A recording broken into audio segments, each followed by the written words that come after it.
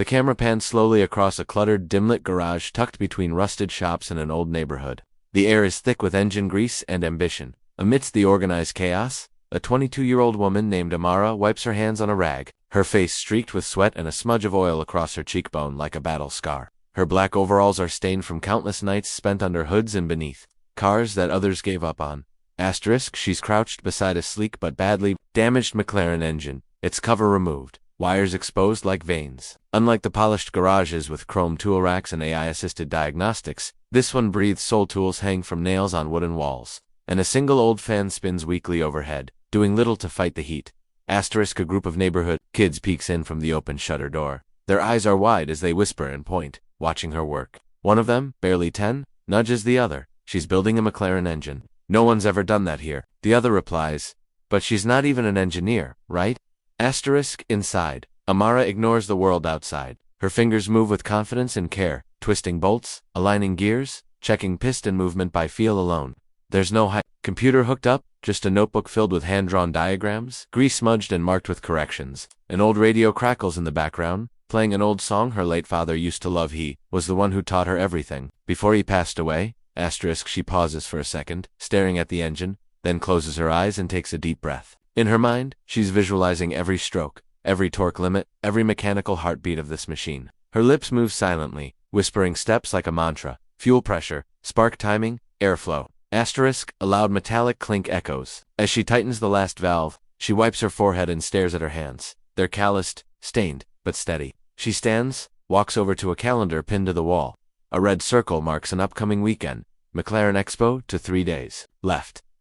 She walks back to the engine, exhales deeply, and says to herself, they think I'm just a girl with tools. Let 'em. The hum of ambition grows in the silence. Somewhere outside, the sun is setting, casting a golden hue over the garage. But inside, something far brighter is just beginning to rise. A sleek automotive expo pulses with energy under bright floodlights, buzzing with the voices of elite car enthusiasts, investors, and mechanics from around the country. The venue is filled with glass showcases, luxury car displays, and banners flaunting engineering achievements. It's a world far from the dusty garage Amara came from, a world of money, prestige, and gatekeeping. Dressed in her cleanest overalls, Amara walks through the crowd, clutching a folder of her hand-drawn engine blueprints. She doesn't fit in. Heads turn, eyebrows raise. Some whisper, but she keeps walking, her eyes locked on the far end where a group of men in suits surrounds a damaged McLaren prototype. Among them stands Mr. Rhea N-Mid-40S, sharp suit, and known for being both a millionaire and an arrogant perfectionist. He notices her approaching and smirks. Lost? Mechanic girl, he says loudly, drawing a few chuckles from the onlookers. Amara doesn't flinch. I heard you're offering this McLaren's rebuild to the highest skilled bidder. I want in. Laughter erupts.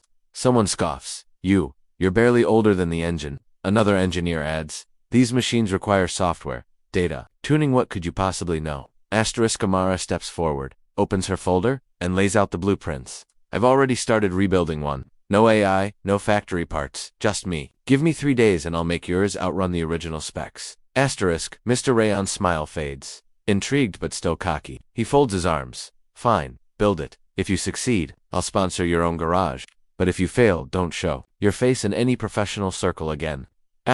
She meets his eyes without hesitation. Gasps ripple through the crowd. Cameras click. The challenge is set. The outsider just threw her wrench into their perfect world. A dim bulb flickers above as Amara drags the heavy engine block onto the lift, her hands trembling from exhaustion but her eyes full of purpose.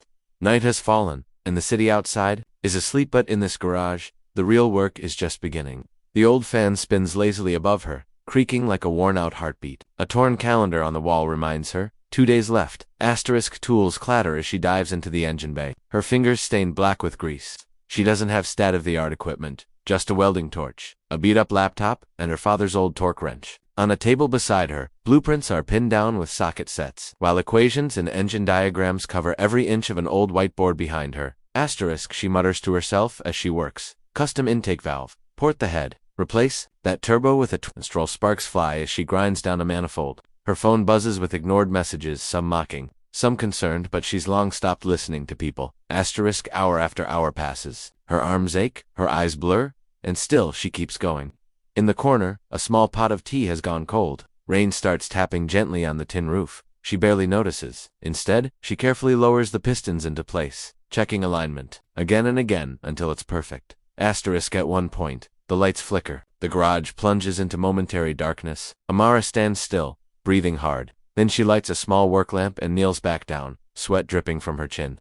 I didn't come this far to stop now, she whispers. Asterisk, the rebuilt engine starts to take shape, sleek, tight, powerful. She carefully wires the control unit, every move deliberate. By sunrise, she finally steps back, her clothes soaked in sweat, hands trembling not from weakness but from awe. It's almost ready. Asterisk, all that's left is to hear it breathe. The desert track stretches wide under a pale orange dawn, the early sun casting long shadows across the sand. A hot wind rustles the flag at the edge of the test strip, the silence interrupted only by the crunch of gravel under approaching wheels. A transport trailer pulls up and lowers its ramp, revealing Amara's rebuilt McLaren, sleek, matte black with deep red accents, like a predator waiting to strike. Asterisk, a small crowd has already gathered. Businessmen in suits sip coffee, adjusting sunglasses, their expressions skeptical. Engineers whisper among themselves. Mr. Rayon stands at the front, arms folded, a smug grin on his face, as if the outcome has already been decided. Asterisk, Amara steps out of the truck wearing a black cap, gloves, and her usual overalls, now washed, but still marked by hard work. She walks around the car, running her hand along the carbon fiber panels, as if feeling the heartbeat of something she built from near death. Asterisk, someone from the crowd mutters. There's no way she tuned that thing. Without software, another scoffs. Watch it break down before the first turn. Asterisk, she says nothing. Instead, she opens the driver's side door, climbs in, and fastens the harness.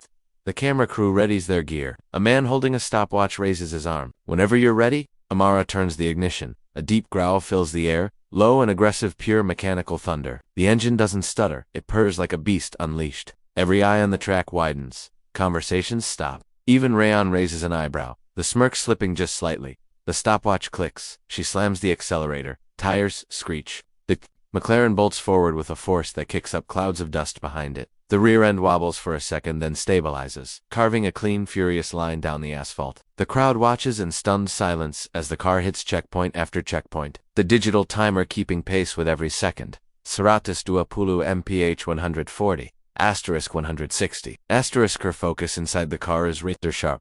Every shift, every turn of the steering wheel is precise. The custom turbocharger howls, and the car moves like a missile wrapped in grace. Asterisk, as she crosses the final marker. The timer flashes red for a moment, then freezes. Asterisk, record broken. Asterisk, the silence breaks into a wave of gasps. Applause erupts. Even the doubters can't hide their shock. Mr. Rayon stares at the screen, then at the McLaren rolling to a smooth stop in front of him. Asterisk, she steps out, removes her helmet, and calmly wipes her forehead. A smirk finally appears on her face, not of arrogance, but of earned victory. Asterisk, no words needed. She just built something they thought impossible and made it roar. The sun hangs high now, casting sharp light over the old garage as Amara leans against the doorway, sipping from a cracked mug. The same dusty floor, same rusty tools, but everything feels different. Her body aches, her hands still carry the black stains of battle, but her soul is lit with something new. Validation. Asterisk, the roar of a luxury engine grows louder down the street. A black Rolls-Royce Phantom pulls up slowly and stops in front of the garage. Its gleaming paint reflects the sunlight like glass, and for a moment, the small street falls silent. Kids peek around corners. Even the neighbors glance out their windows. Asterisk. The door opens, and Mr. Rayon steps out in his tailored suit. No crowd, no press. Just him and respect. Asterisk, Amara doesn't move. She watches him approach, arms crossed, face unreadable. The same man who had laughed at her 2 days ago now walks slowly toward her garage. Past the cracked walls and cluttered parts, like he's entering a sacred space, he stops a few feet away and studies her. I'll be honest, he says finally, his voice softer than before. I thought you were bluffing. Asterisk, she shrugs slightly. Most people do. Asterisk, Rayon smiles faintly and reaches into his coat. He pulls out a thick envelope and a business card, holding both out. Asterisk,